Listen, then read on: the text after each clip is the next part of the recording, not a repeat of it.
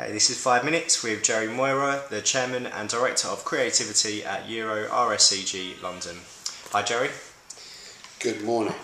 Can you give us a quick summary of your career to date? Yes, I can. I started a tiny little agency called Child's Green, which is now dead. In fact, I've left a trail of defunct and bankrupt agencies in my wake. That had nothing to do with you at all. Nothing to do with me. I walked away. Then I went to Ogilvy and Mather, and that was really my first sort of proper agency. What kind of year are we talking? Oh God, 70s, very late 70s. And I have to say, in all honesty, it wasn't a terribly good or fashionable agency to join at that time, which was terrific for me because I got to make loads and loads of television commercials. It wasn't a really, in those days, you know, agencies had a reputation for being like a TV agency or a print agency. They had sort of, and Ogilvy at that time was quite a traditional print agency. So I got loads and loads of experience doing television commercials. Some of them terrible, but you know that's how you learn. I got headhunted from there to be creative director. I was quite young to be a creative. I was 28 when they made me one of 3 creative directors at Ogilvy and on the board. And if I look back on my career now, I'm not sure I didn't jump from copywriter to creative director a little too early. Maybe should have stuck to the knitting a little longer, I don't know. But in those days you got a lot more money for being creative director, you know, so it was no contest. Headhunted to join an agency called McCormick Richards, which was part of Publicis. In fact, it was the foundation of what was to become Publicis in the UK. And then I had a bit of a golden patch there. Won a lot of awards for Renault, Pirelli, Foster Brown sunglasses, and so forth, and won a lot of new business. It was a kind of bit of a purple patch for me, so much so that I was inspired to start my own agency, Williams, Moira, Gaskin O'Malley, which did very well for 5-6 years, grew very fast, and then collapsed. I mean, partly for reasons of the economic conditions at the time. This was the late 80s, early 90s, so there was a recession. And also I think it had just, the principles of the agency, WMG&O, had kind of run out of gas and collaboration, and I don't think we were very good at succession management. You know, you see the way agencies like BBH and so forth have seamlessly, you know, blended in new talent, new leadership with the old. We weren't very good at that. So I rejoined a much larger Publicis as creative director for about 4 years, and then left and came here. And I've been here for 4 or 5 years. Cool, okay. How would you describe the creative industry in 3 words?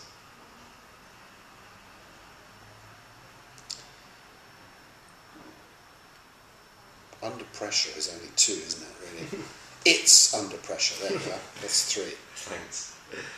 What advice would you give someone who's looking to get into the industry today? Have a private income.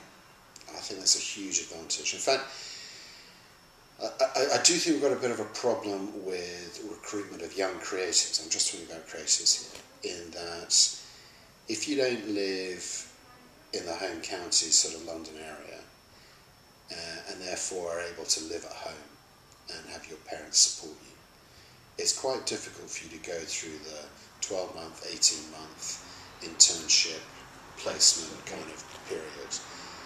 And so a lot of the great tradition of northern art schools, especially art directors coming from those sort of northern art schools, We're now becoming pre-selecting, and I think it's very dangerous that this business gets more and more southern, middle class, privately educated. I mean, these are not necessarily the best people to run our business, and some of the giants of advertising's history, there's been this great social mix, very eclectic mix that's gone on here, and that's been very healthy, and we're losing that. I think that's a great shame. What key factors do you think led you to being promoted to the level that you are now? Well, I'm not sure it's a good thing, but I can present, and that it's the articulate ones, as much as anything, that tend to get that sort of rapid promotion, if you want it. As I said right at the beginning, I'm not sure it was a good idea to become a creative director that soon. I mean, I still wrote, commercials and so on, and I still do now. I would hate not to do that. I would hate to become sort of global guy on a plane. I think that's a deathly job. But yeah, it tends to be the ones that are good all-rounders. There's a good analogy, I think, in football. The two most successful football managers in the Premiership, Ferguson and Wenger, were not actually star players. You don't have to be the best writer, art director, the best creative to be the best creative director. So, yeah, it's not always the best route to take. Interesting. For you, what's the best thing about agency life? Well, I don't know, resort to cliche here. I mean, you do meet generally an amusing, extrovert, positive bunch of people. You can't stay in advertising if you're not an optimist. If you don't think the next campaign is going to be the best thing you've ever done, if you don't think the campaign is going to be a huge success, win prizes, sell stuff, you've got to think that all the time. And those people, radiators rather than drains, I think was the old expression. It's more fun to spend your day with those kind of people than it is with people who, are just waiting for retirement or really resent or hate their job or, are in the wrong job. So it's the people that are the best thing. Who inspires you creatively? Well, because I became a creative director so soon, I don't think I really had mentors. I think a lot of people in this business, John Hegarty, John Webster, some of the greats, owe them a huge part of their success and career. I never really latched onto anyone and said, hey, that's what I'm going to be like. I mean, obviously, you read Burnback and you look at that kind of work and you think, that's clever. I'd rather be in that camp of advertising than any other kind of thing. But I suppose creative inspiration I would take much from outside the business. Designers, writers, especially novelists. I mean, I read a lot. It's a great pleasure to read, good fiction. And if you like to write, you've got to read. Who's the best creative you've ever had the pleasure of working with? Is there someone that stands out in your career or a group of people? Well, it's like one of those, what's your favourite record questions, really? Or, who's your favourite child? I can't really answer that. Lots of people different at different times at different things. But I can't single out one. Okay. What are your interests outside of work? Well, reading, the arts generally, photography, especially black and white photography. I'm an Arsenal season ticket holder. Music. Music's been a key influence on the way I approach, especially TV briefs. When you're trying to get the mood and tone, the kind of if you like, the body language of the brand, how does it behave? I often use music to fix that in my head. It's that kind of brand, it's that kind of message. Don't always use the music at the end of it, but it's quite a good shortcut to, because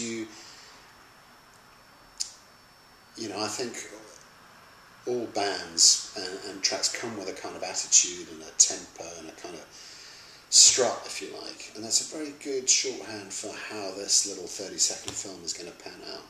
Don't always put the track on it, or any track on it, but it's a good it's a good introduce. And I love music, and I've been in a band for the last 25 years, sort of retired now. And what instrument? A vocalist. Like, can you tell? Got a lovely voice. Yeah, exactly. If you weren't in advertising, what do you think you'd be doing? Well, I started out wanting to be a journalist, but no money, and now, of course, no jobs. So, don't know. I'd like to think, well, the only thing I was ever good at school was writing, was English. So I guess it would be something to do with that. Okay. What do you think would be the biggest challenge in the industry in the next 5 years?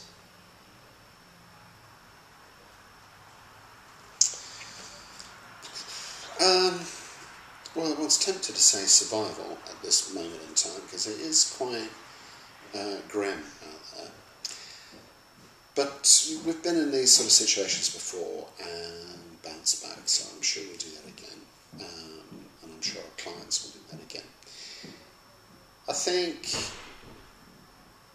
it's exciting because we're in a state of flux with all the new media, social media, the internet and so forth. So I think the next few years there will be a reckoning there, brought about by this new technology, and at the moment it's kind of fun finding out. And with the current climate and economy not looking very positive, have you ever had the threat of redundancy before? Me personally, yeah. I'm sure I've lived with it all my life. We all do, unless you own a significant chunk of your agency, everybody, it's like football managers, isn't it? Everybody's, you get a bad run of a few games and then, hey. So is that the same with pitches or kind of people's perception of work? Yeah, I think most agencies are very performance oriented now. Yeah, absolutely. There used to be, when I joined, there used to be lots of freaks in the creative department, which I think was a really good thing. Because there was more margin in the business, you could tolerate, the guys that came up with one fantastic idea a year, the guys who were really poets or musicians or, on the run from the police or Interpol or something like that. You could hide those in the creative department. You can't really do that now. Everybody has to perform. You've got to produce, and it's a lot of pressure. And I think that pressure overall leads to a lowering in standards. You can't be brilliant all the time, but the pressure is for you to absolutely deliver on that. Gerry, what's the best brand you've ever worked on?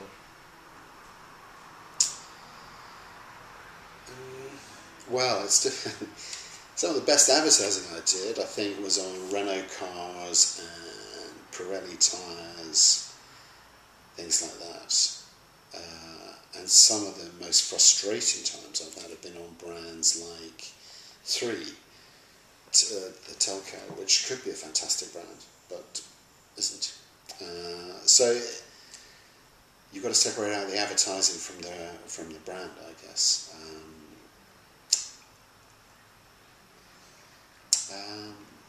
Well, I'm working on a bank at the moment, very trendy, a bank called Credit Suisse, and they are potentially a terrific brand. What's your favourite advertising campaign of all time? Well, I knew this question was coming. There are various executions I really recall.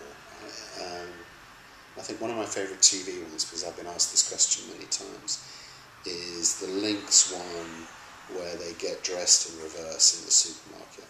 I thought when I first saw that really blew me away, because it was kind of counter-cultural to the way Lynx was going. Lynx was a kind of lads mag kind of brand, and a bit kind of and page 3 stunners. And this one, this execution was actually romantic. I mean, the choice of track, which was Somewhere Over the Rainbow, played on a ukulele, the absolute 50-50 relationship between the couple. You know, it wasn't a guy scoring, it wasn't a girl as a kind of uber babe. Beautifully balanced, fantastic storytelling, you know, in just a few seconds. I think that's a really, really fine commercial. I wish I'd done that. Cool, okay, let's move on to a quick fire round. Can Lion or Dean AZ pencil?